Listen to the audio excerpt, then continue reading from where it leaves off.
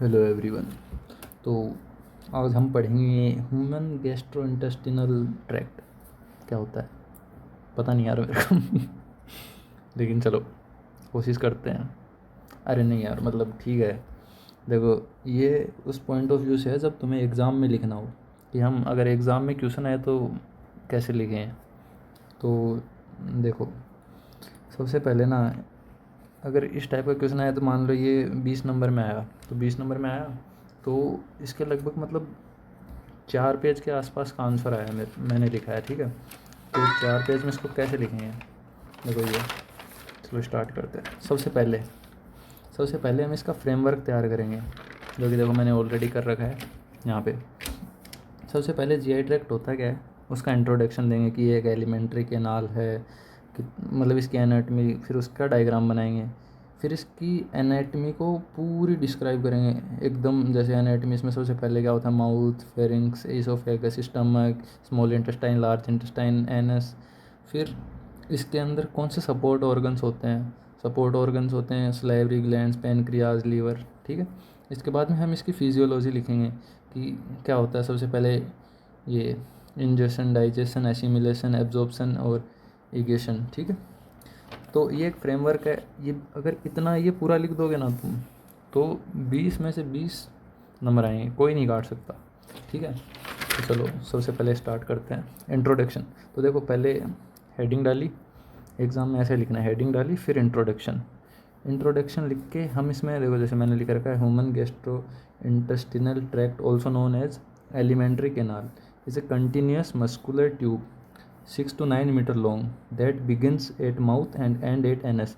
कि ये एक एलिमेंट्री कैनाल है, इसको मतलब दूसरा नाम है एलिमेंट्री कैनाल, और ये क्या नाम है, 6 से 9 मीटर लॉन्ग होती है। दैट बिगिनस एट माउथ और एनस पे एंड होती है। Its primary function is to break down complex food into simple absorbable nutrients and उसके बाद में absorb nutrients into blood stream and excrete waste out of the body. तो introduction में simple सी एक छोटी सी एनाटमी लिख दी, फिर उसके बाद में कि ये क्या नाम है, इसका प्राइमरी फंक्शन लिख दिया, बस 2 चीज़ लिख दी।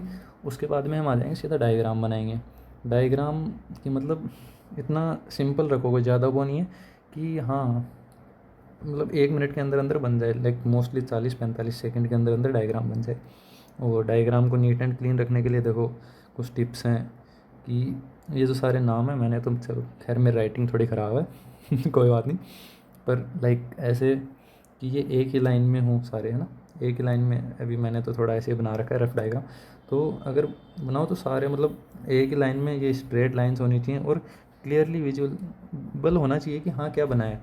इधर डायग्राम में एक चीज़ ऐसे आप और भी बढ़िया इसको सुंदर बनाने के लिए कर सकते हो। देखो कि इधर की साइड तो हमने सारे पार्ट्स लिख दिए, और जो इधर की साइड जो सपोर्टिव पार्ट्स हैं, कि जो मेन इस कैनाल के पार्ट नहीं है बट वो भी एक इम्पोर्टेंट रोल प्ले करते हैं, जैसे लीवर, गॉल ब्लैडर, पैनक्रियाज, ये एक साइड में रख सकते हो, अपेंडिक्स, और बाकी सारे जो काम के पार्ट्स हैं वो इधर, ठीक है। और ज़्यादा लेबलिंग करने की ज़रूरत नहीं है। देखो कम से कम एक डायग्राम में 7 से 8 लेबलिंग बहुत होती हैं, और लास्ट में ये ज़रूर लिखा करो कि हाँ डायग्राम के नीचे कि हाँ किस चीज़ का डायग्राम है। इंट्रोडक्शन हो गया, डायग्राम हो गया, उसके बाद में हम नेक्स्ट पेज पे आ जाते हैं। दूसरे पेज पे हम देखो, इसमें सबसे पहले हम इसकी एनाटमी, अब एनाटमी को हम डिटेल में डिस्क्राइब करेंगे, तो एनाटमी को डिटेल में लिखेंगे पूरा, ठीक है। तो सबसे पहले माउथ, सबसे पहले कहाँ से स्टार्ट होती है, माउथ। यहाँ से देखो, the entry point of food, the mechanical breakdown of food take place here by teeth and mixed in saliva with the help of tongue. कि मतलब एक एनाटमी के साथ साथ बता रखा है, इसमें एनाटमी के साथ साथ बता रखा है कि वो काम में क्या आता है थोड़ा बहुत। एनाटमी जैसे इसमें टीथ होता है, एंट्री पॉइंट है, और इसमें टंग होती है, और सलाइवा के साथ ये मिक्स करने में हेल्प करती है। उसके बाद में सेकंड पॉइंट, फेरिंग्स। एक फेरिंग्स क्या होता है, एक शॉर्ट फनल शेप्ड ट्यूब, देखो एनाटमी बता रखी है। उसके बाद में उसका एक ये क्या चीज़ है, the common passage for both food and air. और उसके बाद में एक कोई एक्स्ट्रा चीज़ इन्फॉर्मेशन अगर उससे रिलेटेड है तो, कि एपिग्लोटिस जो होता है, एपिग्लोटिस वॉल वो प्रिवेंट करता है फूड को गेटिंग इनटू विंड पाइप और ट्रेकिया ड्यूरिंग swallowing। कि हम जब खाना चबा रहे होते, सॉरी स्वोलो कर रहे होते हैं, निगल रहे होते हैं, तब क्या नाम है, खाना विंड पाइप में ना जाए उसके लिए फेरिंग्स के पास एपिग्लोटिस होता है, ठीक है, फेरिंग्स के बाद में। फिर उसके बाद में थर्ड पॉइंट होता है, थर्ड पॉइंट आता है हमारा ईसोफेगस। देखो सारे लाइन वाइज चल रहे हैं, माउथ, फेरिंग्स, ईसोफेगस। उसके बाद में ऐसे एक लाइन में लिखोगे तो कोई नंबर नहीं काट पाएगा। ईसोफेगस ए लॉन्ग नैरो मस्कुलर ट्यूब, ठीक है। ईसोफेगस क्या होती है, पहले एनाटॉमी वही पैटर्न फॉलो होगा सब में। A long narrow muscular tube that carries chewed food called bolus into stomach with special type of movement called peristalsis. मेरी राइटिंग है, स्पेलिंग मिस्टेक इग्नोर कर सकते हो, ठीक है, वो कोई काम की नहीं इतनी, तुम ध्यान रखना। लेकिन तो हमने देख लिया कि अब इसमें भी देखो ईसोफेगस के बारे में हो गया कि इसमें एक्स्ट्रा इन्फॉर्मेशन थी वो भी लिख दिया। इसके बाद में आता है स्टमक। स्टमक क्या होता है, एक जे शेप्ड बैग होता है on the upper left side of abdominal cavity और stores food for 4 to 5 hours, mixes it with gastric juices, it has 4 major parts की, ठीक है। इसके बारे में लिख दिया कि कहाँ होता है, इसकी लोकेशन क्या है और ये कहाँ कौन सी कैविटी में है और क्या काम है इसका, ठीक है। उसके बाद में इसके जैसे स्टमक के पार्ट लिख दिए, cardiac part where the oesophagus opens, जहाँ से मतलब स्टार्टिंग पॉइंट है ये।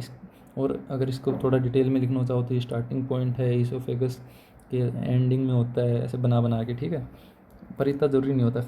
फिर दूसरा होता है fundic the upper dome shaped region, जो स्टमक का ये डोम शेप वाला रीजन है ना, जो ये वाला तो ये वाला होता है। उसके बाद में बॉडी, जो मेन बॉडी, जो बॉडी पार्ट हो गया, ठीक है।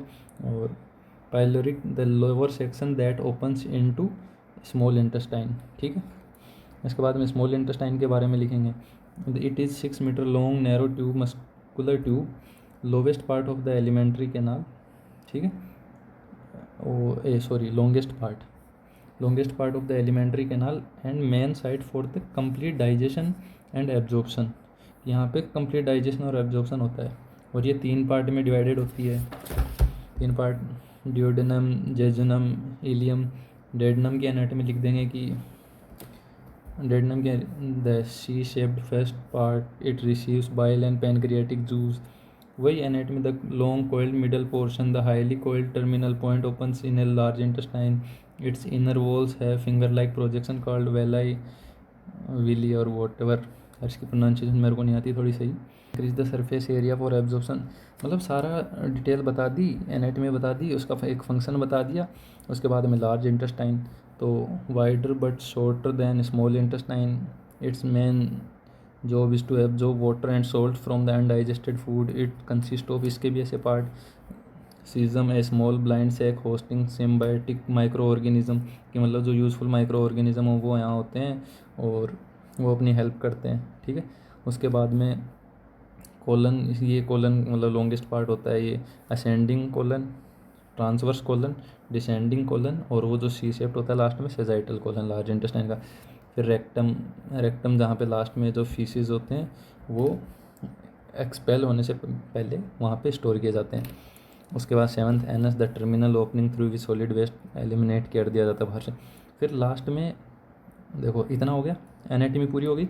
अब उनकी एनाटॉमी लिखेंगे जो एसेसरी डाइजेस्टिव ग्लैंड्स हैं, मतलब जो हेल्प करते हैं। तो उसमें सबसे पहले सलाइवरी ग्लैंड्स, इनके भी ऐसे लिखेंगे 3 पेयर्स होते हैं, और secrete saliva into mouth which contains the enzyme salivary amylase at to start carbohydrate digestion, ठीक है इसमें। और ये 3 पार्ट्स होते हैं, पार्टोइड, सबमैंडिबुलर एंड सबलिंगुअल। उसके बाद में सेकंड होता है liver the longest gland in human body situated at upper abdomen, produces bile juice which helps in the emulsification of fats, the bile is stored and concentrated in gall bladder, ठीक है। इसके बाद में वैसे same pancreas के बारे में, mixed gland located just below stomach, it's secrete pancreatic juice containing enzymes like trypsin, lipase क्या बोलते हैं यार बायोलॉजी की प्रोनाउंसिएशन इतने हार्ड क्यों है यार। Amylase the digest proteins, fat and carbohydrate in duodenum, ठीक है वो हो गया। उसके बाद में ये फिजियोलॉजी है, द 5 स्टेप ऑफ डाइजेशन जो मैंने बताए थे ना, ये चलो मैंने यहाँ पे थोड़ा शॉर्ट में लिख रखा है, बट लाइक इसको भी ना थोड़ा लॉन्ग में लिख सकते हो ना। इन ये मेन पार्ट है। जैसे फिजियोलॉजी में अगर क्वेश्चन फिजियोलॉजी में आए तो तुम्हें इस पार्ट को बड़ा लिखना पड़ेगा। तो पर ये एनाटमी का है फिलहाल, तो हम इसमें थोड़ा बहुत ही लिख रहे हैं। इंजेक्शन जैसे the taking food into mouth, और इसके बारे में से बना बना के खूब लिख सकते हो तुम। उसके बाद में मेन फंक्शन पता लग जाए। फिर digestion, mechanical and chemical break down of food. अब इसके अंदर तुम उसके बाद में वो लिख सकते हो कि कौन सा ये कौन सा कॉम्प्लेक्स सब्सटेंस फूड कौन से सिंपलर सब्सटेंस में ब्रेक डाउन होता है एंड ऑल दैट। उसके बाद में एब्जॉर्प्शन, जो सिंपल सब्सटेंस में न्यूट्रिएंट्स मिलते हैं जैसे glucose, amino acid, fatty acid, वो वॉल क्रॉस करके वेलाई विली जो भी है वो ब्लड स्ट्रीम में चले जाते हैं। एसिमिलेशन की उसका यूज़ आना अपनी बॉडी के अंदर, और इगेशन मतलब बाहर निकाल देना। तो इस प्रकार से एक सिंपल आंसर लिख के आप पूरे में से पूरे नंबर ला सकते हो। इसमें नंबर क्या काटेगा यार, अगर ऐसा लिख दोगे तो ठीक है, अब 1-2 नंबर काट ले बेवकूफ़ हो तो, बाकी तो नहीं काटेगा। बढ़िया से बना बना के लिखो, नंबर लाओ। और यार मेरी प्रोनाउंसिएशन और राइटिंग थोड़ी ख़राब है तो वो अपने हिसाब से देख लेना यार, बाकी तो सब ठीक है। अगर तुम चाहोगे तो मैं ये वाला जो पार्ट है इसका एक PDF बना के मैं अटैच कर दूँगा, बता देना।